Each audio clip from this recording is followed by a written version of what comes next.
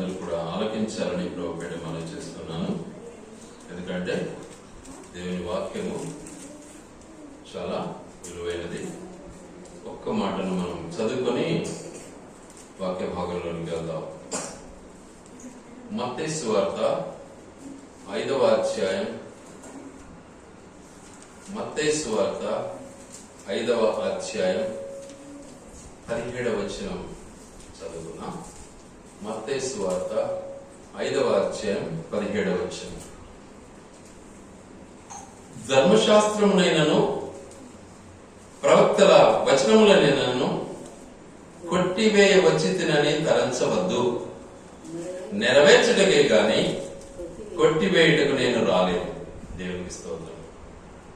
ఒక చిన్న మాట అక్కడే రెండవ కంటిన్యూషన్ చేద్దాం. ఆకాశంలో భూమి గతించిపోయిననే గాని ధర్మశాస్త్రమంతయు నెరవేరు వరకు దాని నుండి ఒక పొల్లైనను ఒక సున్నా అయినను తప్పిపోదని మీతో నిశ్చయముగా చెప్పచ్చు. దేవుని వాక్యం సజీవం గలదై బలం గలదై మన మధ్య సంచరిస్తూ ఉంటుంది. ఎందుకంటే వాక్యము మనల్ని ఏం చేస్తా ఉంది అంటే జీవింపు చేస్తా ఉంది. వాక్యము మనల్ని జీవింపు చేస్తా ఉంది. ఈ సత్యాన్ని మనం ఎరగటానికి దేవుడు మనతో మాట్లాడుతూ ఉంటాడు. అది వాక్యం. మాట్లాడే మాట వాక్యం. ఆ మాట ఏమై ఉన్నది? సజీవమై ఉన్నది. ఆ మాట ఎల్లప్పుడూ మనతో ఉన్నది. ఆ మాట మనల్ని బ్రతికిస్తా ఉంది. ఆ మాట మనకు ఊపిరి పోస్తా ఉంది. ఆ మాట మనల్ని జీవింప చేస్తా ఉంది. ఆ మాట నెరవేర్చేంత వరకు దేవుడు నిజంగా మన కొరకు ఈ లోకానికి వచ్చిన తన యొక్క సంపూర్ణ ఉద్దేశాన్ని నెరవేర్చడానికి వచ్చిన తన ఉద్దేశాన్ని మన పట్ల నెరవేర్చాలని ఇష్టపడుతూ ఉన్నాడు. గనుక మన జీవితాలను మనం ఒకసారి జ్ఞాపం చేసుకోవాలి. దేవుని యొక్క ఉద్దేశం ఏంటి? ఇప్పుడు మనం చదివినటువంటి లేఖన భాగంలో ఏమంటున్నాడు అక్కడ? ఈ ఎందుకు నేను వచ్చాను అని అంటే ఆయన స్పష్టంగా మాట్లాడుతున్నాడు. నేను వచ్చింది దేనికోసం అంటే ప్రవక్తల వచనములనైనను ధర్మశాస్త్రమునైనను కొట్టివేయడానికి రాలే.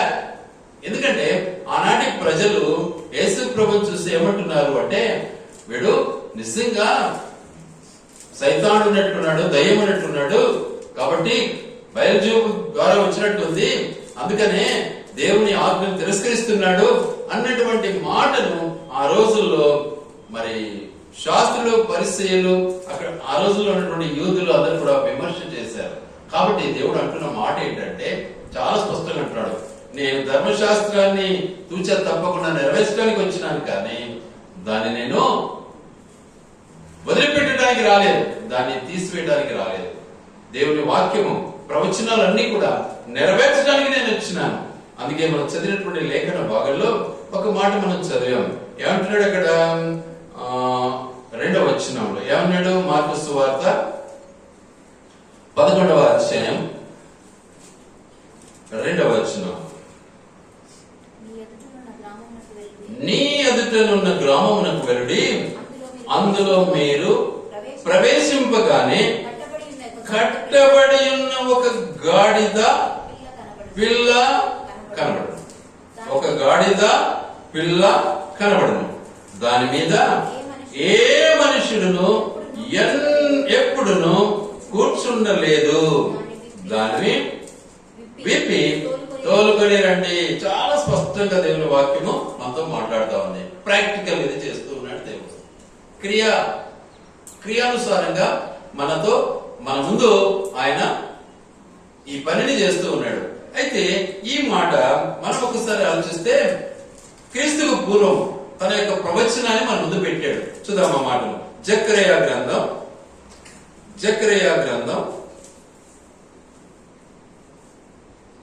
9వ అధ్యాయం. జకర్యా గ్రంథం 9వ అధ్యాయం 9వ వచనం చదువుకుందాం. సియోను నివాసులారా బహుగా సంతోషించుడి, యెరూషలేము నివాసులారా ఉల్లాసముగా నుండి, నీ రాజు నీతిపరుడును రక్షణ గలవాడును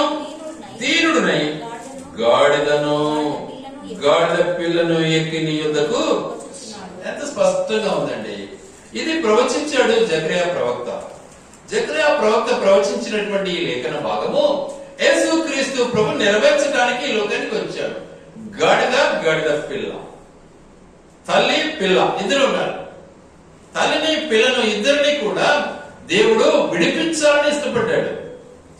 అయితే ఈ గాడిద పిల్ల పరిస్థితి ఎక్కడ ఏ పరిస్థితిలో ఉంది ఒకసారి మనం జ్ఞాపకం చేసుకుందాం. దయచేసి చూడండి. దయచేసి ఎక్కడ ఎలా ఉంది?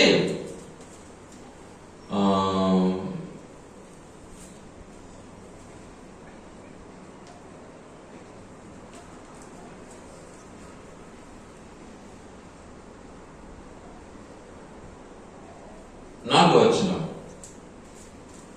వారు వెళ్ళగా, మార్కు సువార్త 11:4, వారు వెళ్ళగా ఏమైంది? వీధిలో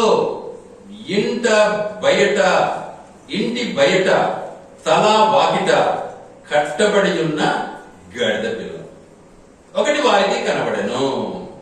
చూసారా ఎక్కడుంది గాడిద? వీధిలో ఉంది.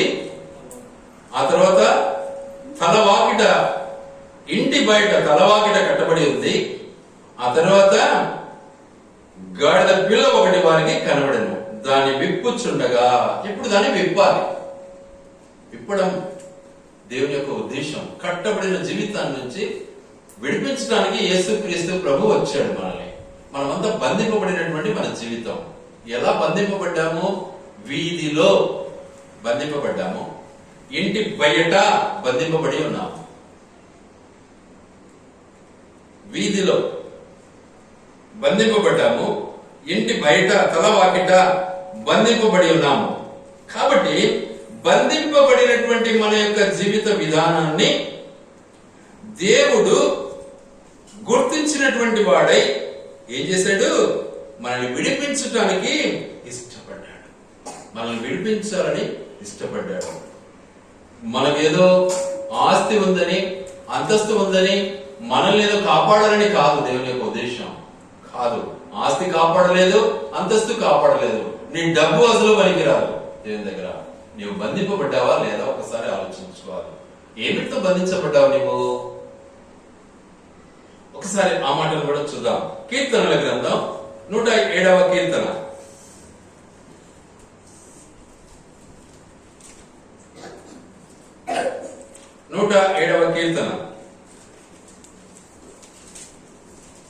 ఏ విధంగా బంధింపబడ్డావు అనే పదాన్ని ఒకసారి జ్ఞాపకం చేసుకుందాం.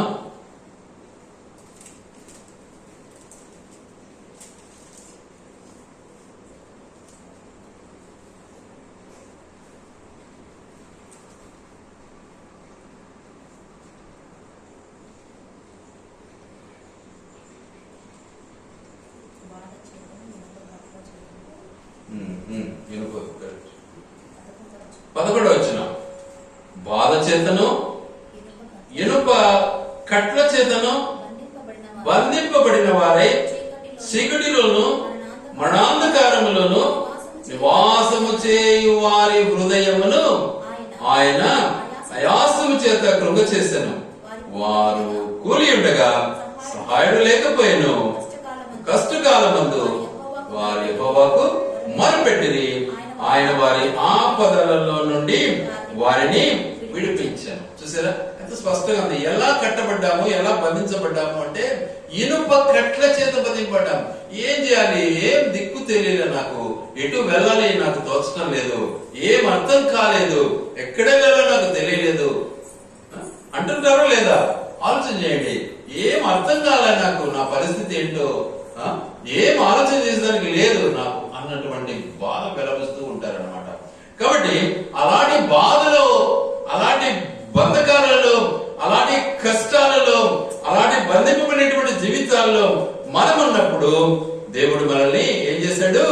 మనల్ని వాటి నుంచి విడిపించడానికి వచ్చాడు. ఇంకా ఎలాంటి బంధకాలు మనకు ఉంటాయో ఒకసారి జ్ఞాపకం చేసుకుందాం.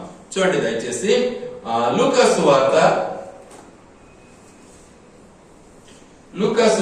12వ అధ్యాయం.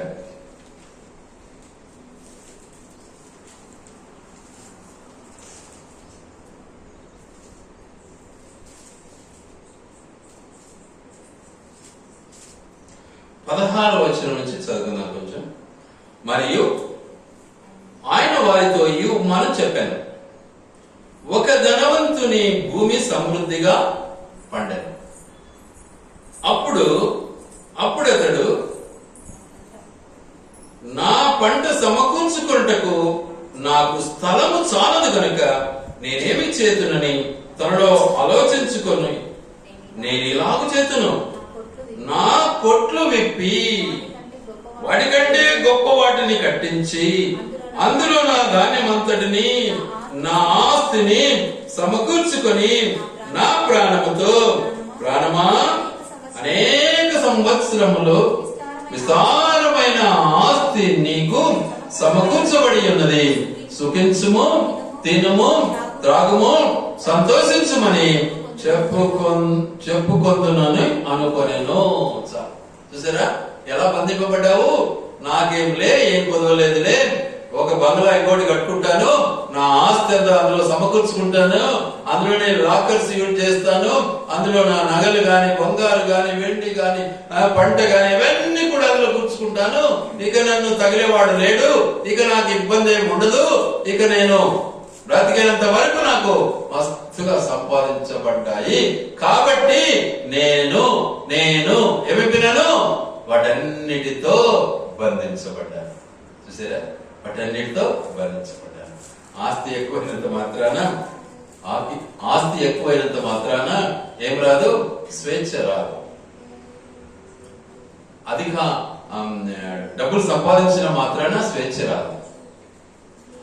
ఆ అధికమైనటువంటి ఆస్తికి, డబ్బుకు, అంతస్తుకు నీ జీవితం ఏమైపోతుందంటే దినము రాత్రి పగల్లో ఏం చేస్తుంటావు? నీవు కృంగి కృంగి కృంగి కృంగి ఆలోచించి నీ జీవితాన్ని నాశనం చేసుకుంటూ ఉంటావు. అంటే వాటిల్లో ఏమైపోయింది? నీ బ్రతుకు బంధించబడినటువంటి జీవితం. అందుకే ఒక మాట అంటాడు పత్రిక భాగంలో, ఎఫెసీ పత్రిక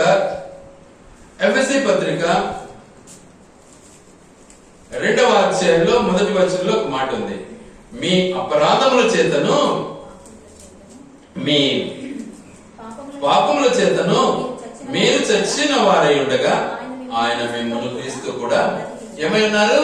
పాపము చేతను. ఎలా సంపాదించావు? పాపంతో సంపాదించావు. ఎలా ఆస్తి పడినవయ్యావు? మోసం చేసయ్యాను. ఎలా సంపాదించావు? అది కొట్టేశాను. రకరకాల అబద్ధము, మోసము ఇవన్నీ కూడా నేను ఆవరించి నేనేం చేసినాయి? బంధించేసినాయి. ఈ కట్లు ఎలా ఉన్నాయంటే ఇనుప కట్లలాగా ఉన్నాయి. ఇనుప కట్లలాగా.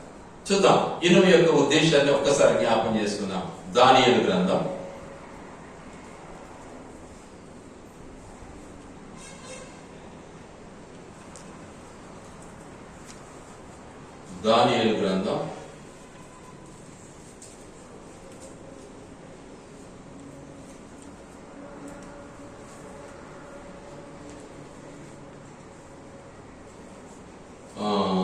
2వ అధ్యాయం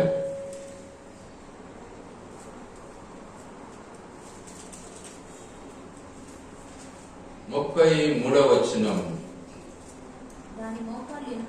దాని మోకాళ్ళు ఇనుపవియు, దాని పాదములలో ఒక భాగము ఇనుపదియు, ఒక భాగము మట్టిదియునై ఉండెను. ఒక నిమిషం. దేని భాగము? ఆ విగ్రహం యొక్క భాగము. దేని భాగము? ఆ ప్రతిమ యొక్క భాగము. పైన బంగారు, తర్వాత వెండి, తర్వాత ఇత్తడి, తర్వాత ఏమొచ్చింది? ఇనుము. మోకాళ్ళ నుంచి ఏమైపోయింది పరిస్థితి? ఇనుముతో నింపబడింది. ఇనుము, ఆ ఇనుము పోయి ఏమిటితో కలిసింది? మట్టితో కలిసింది. ఈరోజు చాలా మంది ఇనుమును, మట్టిని గుర్తించక అంతమంది బంగారాలే అనుకుంటూ ఉంటారు. అంతమంది బంగారాలే, మాకేం పొదవలే అనుకుంటూ ఉంటారు. కానీ కల్తీ అయినటువంటి ఆ ఇనుము ఏం చేస్తుంది అంటే మట్టితో కలిసిపోతుంది అనమాట. మట్టి ఎప్పుడైతే కలుస్తుందో పరిస్థితి ఏమైపోతుంది? తుప్పు పడుతుంది. తుప్పు పట్టినప్పుడు పరిస్థితి ఏమైపోతుంది? చూద్దాం నెక్స్ట్ వర్డ్. మరియు చేతి సహాయము లేక తీయబడిన ఒక రాయి, ఇనుమును మట్టియు కలిసిన ఆ ప్రతిమ యొక్క పాదముల మీద పడి దాని పాదములను తుత్తునియలుగా కొట్టినట్టు కనకు కను. చూసారా ఏమైపోయింది? ఆ ఇనుమును ఆ మట్టిని కలిసినటువంటి ఆ పాదాన్ని ఏమిటిది? ఏ చేతి సహాయము లేకుండా, ఏ సహాయం లేదు, ఒక చిన్న రాయి. అది ఏం రాయి? క్రీస్తు అనే రాయి. అది గాలి మీద పడగానే బంధింపబడినటువంటి ఇనుప కట్ల చేత బంధింపబడినటువంటి కట్లన్నీ కూడా ఏమైపోతున్నాయి? పటాపంచలైపోతున్నాయి, తెగిపోతూ ఉన్నాయి. అది పడగానే విగ్రహం ఏమైపోయింది? పూర్తిగా పిండి పిండి అయిపోయింది, గాల్లోకి ఎగిరిపోయింది.